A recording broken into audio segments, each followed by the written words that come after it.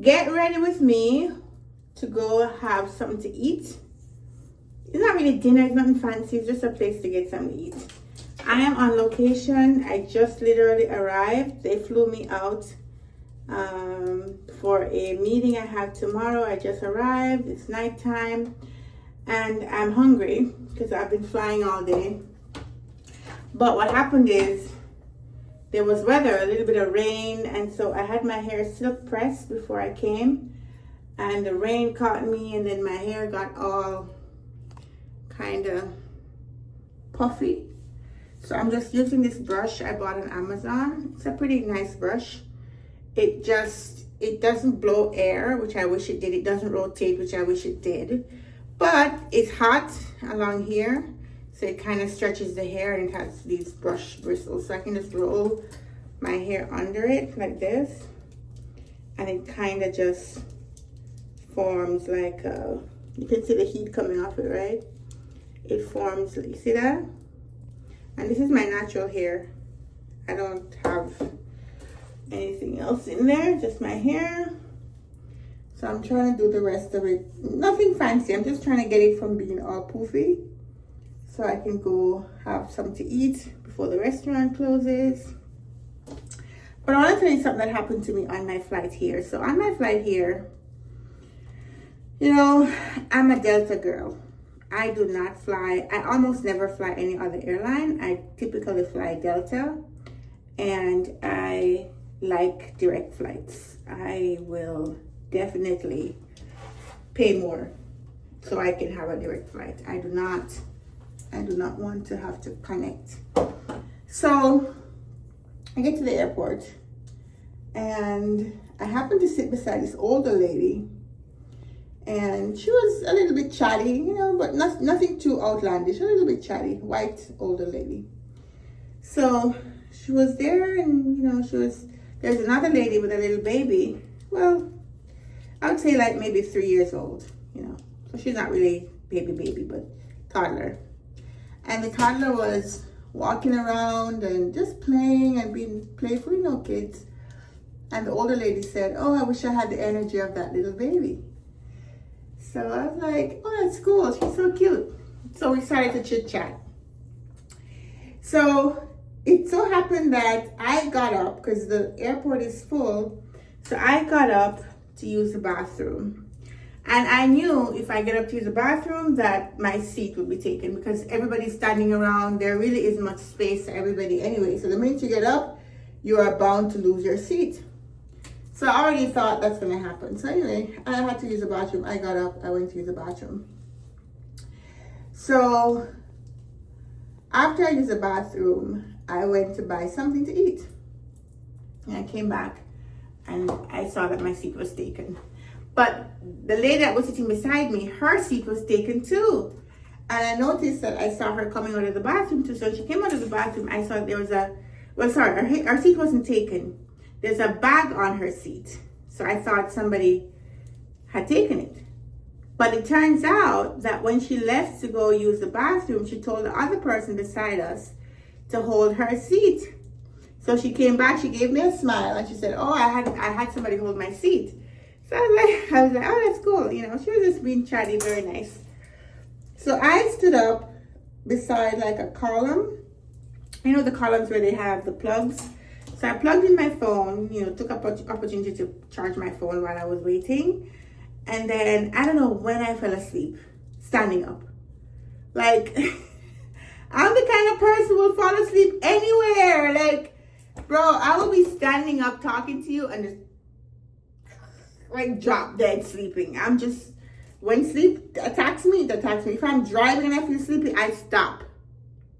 And I come off the road because I know how I am. I'll fall asleep mid-sentence. I'll fall asleep in the middle of doing something. I just drop dead. I just drop asleep.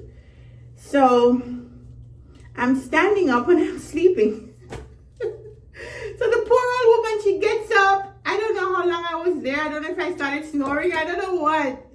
So, because, you know, I work long hours. I'm doing a lot. So sometimes I'm really dog tired, like really dead.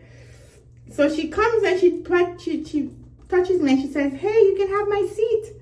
And I so bad. I'm like, oh my God, I want to steal a seat from this old lady. This woman needs a seat more than me. I can stand up. She probably can't stand up. She's like, no. I'm like, no, it's okay. I'm just waiting for my phone to charge. She's like, no, you're falling asleep. Come take my seat. She insisted. So anyway, I took her seat. I told her, okay, we can alternate. I'll sit, and whenever you're tired, you can come sit, and then I'll get up and so on. She's like, no, I can stand right here for now. So she stands kind of in front of me, and I go and I sit. So no sooner did I sit down than it came over the air that the gate had changed. So we were at D10, and the gate changed to D8A, which is right behind us. It wasn't far.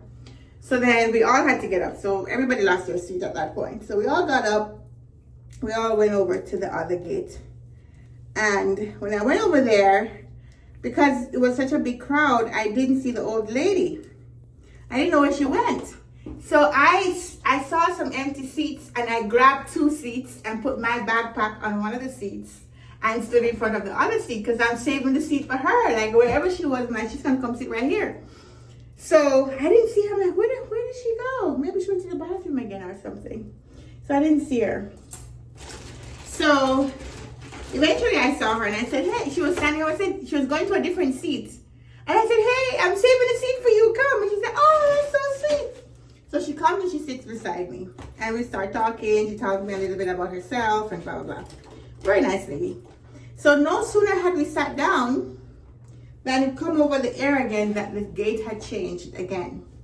And this time it changed to somewhere further. We were in D and it's now B. And if you know anything about Atlanta Airport, it's a mess. If you need to go through Atlanta Airport, God help you. It's just a messy airport. Like, by the way, my hair is finished, but I trying to get it to be like a little bit wavy, you know what I'm saying? I get it to have a little bit of stuff going on. I don't know. I have to use my mirror. By the way, when I travel, I bring everything. I bring my mirror, okay? I bring everything. I don't like to be inconvenienced at all, okay? I bring everything because I need to see what is going on around here. I need to see what's going on with the hair. I think it's too puffy in the front, so I'm gonna try to make it that better. By the way, the gate changed again. So this time, Atlanta Airport, Terminal D and Terminal B are on opposite sides. You have to come out of D, walk to the concourse, then you have to find the train. There's a train. Oh yes, this is Atlanta Airport, okay?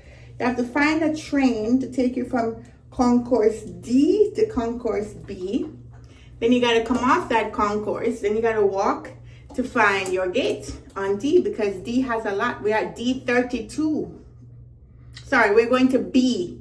We are at D10, and we're moving out to B32. So we had to get out of D concourse, go downstairs, get the train, go to the right terminal, come off, and then get back on the escalator, go back some other place and walk until we find B32. So the lady started getting a little bit flustered because I think before she was on the wheelchair and she came off the wheelchair. So now she's like, she doesn't understand the airport. She's an older person. I said, don't worry about it. I got you. Come with me. We're going to B.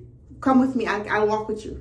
We'll make sure we get there together. She said, oh, thank you, girlies. Because I told her already, oh, thank you. So we got to walking. So we walked, and I took her down the escalator. Basically showed her how to get there, help her take the train, get her off the train, get her to the next place. Oh my goodness.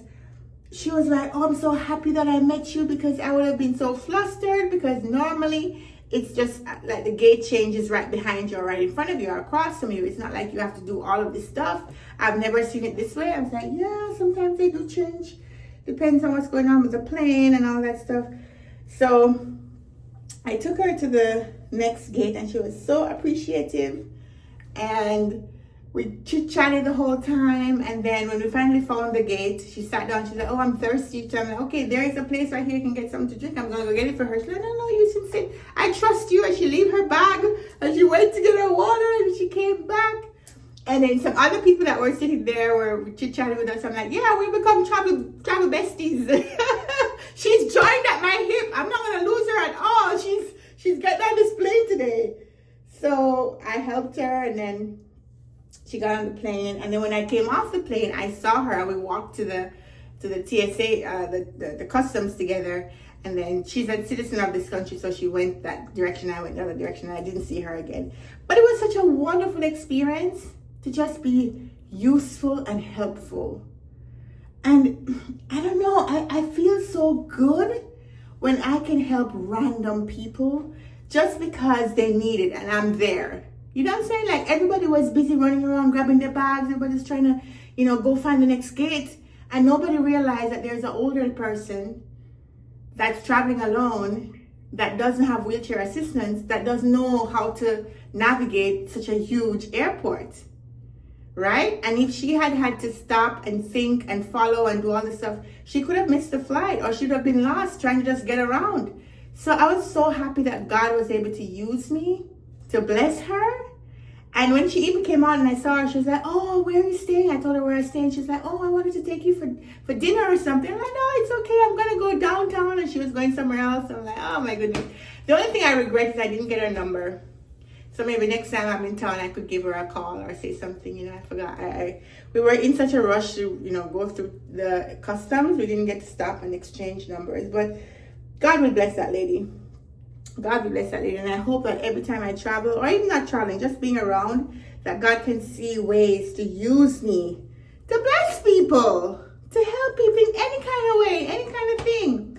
I'm just really happy whenever I feel like I've done something that other person can benefit from, because that's the real purpose to life. I think you don't feel like you're really living until you start giving selflessly and openly and expecting nothing in return.